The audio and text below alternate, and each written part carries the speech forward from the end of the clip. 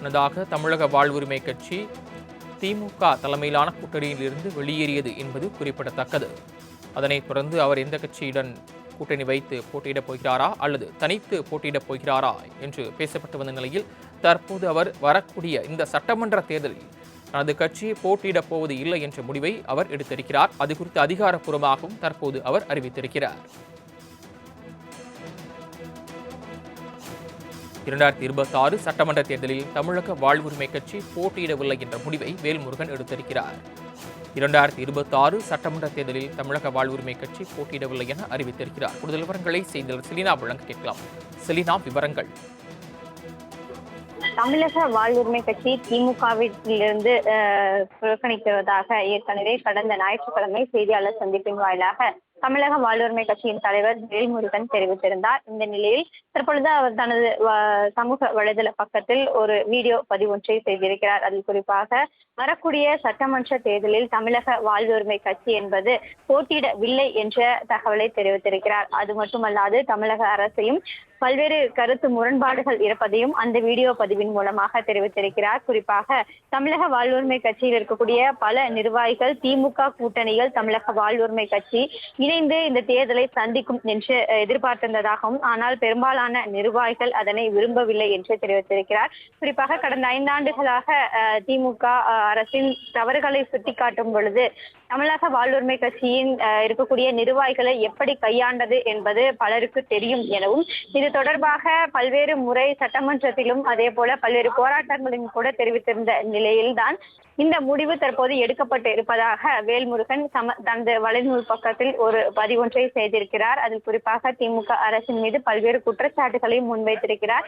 இதன் காரணமாக தான் திமுக கூட்டணியிலிருந்து தான் வெளியேறியதாகவும் தெரிவித்திருக்கிறார். பல்வேறு நிர்வாகிகள் திமுக கூட்டணியில் இருந்தனாலும் இன்று அந்த கூட்டணியிலிருந்து விலகுவதாக அவர் அறிவித்திருப்பதையும் தற்போது தெரிவித்திருக்கிறார். இந்த நிலையில்தான் தமிழக வாழ்வுரிமை கட்சி வரக்கூடிய சட்டமன்ற தேர்தலில் போட்டியிடவில்லை என்றும் அந்த பக்கத்தில் தெரிவித்திருக்கிறார். அதே நேரத்தில் தமிழக வாழ்வுரிமை கட்சி போட்டியிடவில்லை, அதே நேரத்தில் யாருக்கு ஆதரவு தெரிவிக்கிறார் என்பது குறித்து விவரங்கள் எதுவும் சொல்லியிருக்கிறாரா? அவர் ஏற்கனவே இந்த செய்தியாளர் சந்திப்பில் தெரிவிக்கும் பொழுது அடுத்தடுத்து வரக்கூடிய நாட்களில் அவர் யாருக்கு ஆதரவு தெரிவிக்க இருக்கிறார், அதே போல அவர் 10 கோரிக்கைகளை முன்வைத்திருந்தார். அந்த 10 கோரிக்கைகளை யார் நிறைவேற்றுவார்களோ அவருடன் இணைந்து பயணிப்பது என்பது தொடர்பான கருத்துக்களை தெரிவித்திருந்தார்.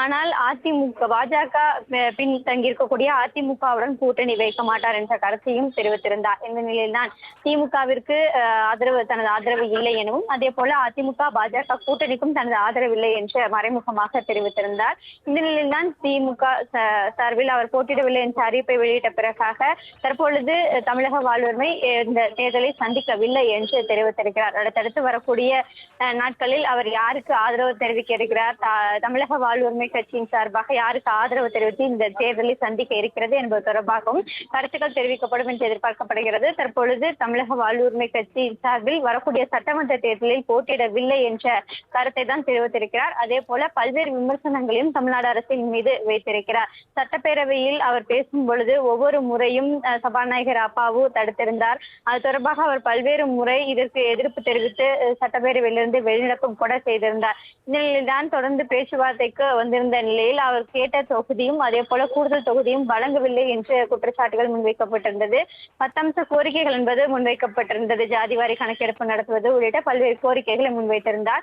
தொடர்ந்து அந்த கோரிக்கைகளை 5 ஆண்டுகளாக முன்வைக்கும் தமிழ்நாடு அரசின் சார்பில் எந்த நடவடிக்கையும் எடுக்கவில்லை என்ற குற்றச்சாட்டை அன்றே முன்வைத்திருந்தார்.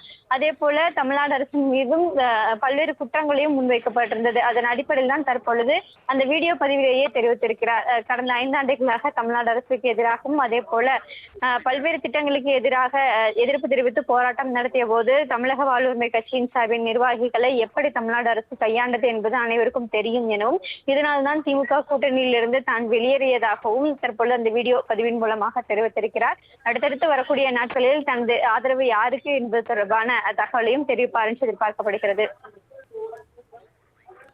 ராமதாஸ் தரப்பு பாமகவுக்கு வேல்முருகன் ஆதரவு அளிக்கலாம், அதே நேரத்தில் கூட்டணி வைக்கக்கூட வாய்ப்பு இருப்பதாக சொல்லப்பட்டது. அது தொடர்பான விவரங்கள். ஏற்கனவே பாமகவை பொறுத்தவரையிலும் அன்புமணி ராமதாஸ் ஒரு அணி, அதே போல ராமதாஸ் ஒரு அணி என்று 2 அணிகளாக பிரிந்திருக்கிறது. இந்நிலையில்தான் சசிகலா ராமதாஸிற்கு ஆதரவு தெரிவித்து அவரது இல்லத்திற்கு நேரடியாக சென்று சந்தித்திருந்தார். மேலும் பல்வேறு கட்சிகள் அவர்களுக்கு ஆதரவு தெரிவித்து வருவதாகவும் கூட அவர்கள் தெரிவித்து வந்த நிலையில் தற்போது வரையிலும் அவர் யாருக்கு ஆதரவு என்ற தகவலை தெரிவிக்கவில்லை.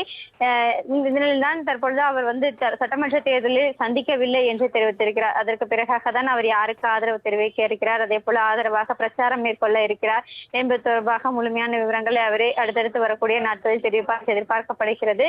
குறிப்பாக தற்போது தமிழ்நாடு அரசின் மீதுதான் பல்வேறு குற்றச்சாட்டுகளை முன்வைத்திருக்கிறார். குறிப்பாக கடந்த சட்டப்பேரவை தேர்தலில் திமுகவிற்கு ஆதரவாக நின்று அவர் சட்டமன்ற உறுப்பினராக 5 ஆண்டு காலம் பணியாற்றி இருந்தார். 5 ஆண்டு காலத்திலும் பல்வேறு குற்றச்சாட்டுகளை திமுக அரசின் மீது முன்வைத்திருந்தார். குறிப்பாக சுங்கச்சாவடிகள் அனைத்தும் ரத்து செய்ய வேண்டும், ஜாதிவாரி கணக்கெடுப்பு நடத்த வேண்டும் என்று பல்வேறு கருத்துக்களை சட்டப்பேரவையில் ஒவ்வொரு முறையும் கூடும் பொழுதும் தெரிவித்திருந்தார். அதே போல தமிழ்நாடு அரசு ஏதேனும் சட்டங்களை நிறைவேற்றிருந்தால் அந்த சட்டங்களில் இருக்கக்கூடிய திருத்தங்களையும் அவர் முன் நின்று இது தொடர்பாக திருத்தங்களை செய்ய வேண்டும் என்று பல்வேறு கருத்துக்களை தெரிவித்து வந்தார். அதே போல பொதுவெளிகளிலும் கூட தமிழ்நாடு அரசு மக்களுக்கு எதிரான ஏதேனும் திட்டங்களை கொண்டு வந்தால் அதற்கு எதிர்ப்பு செலினா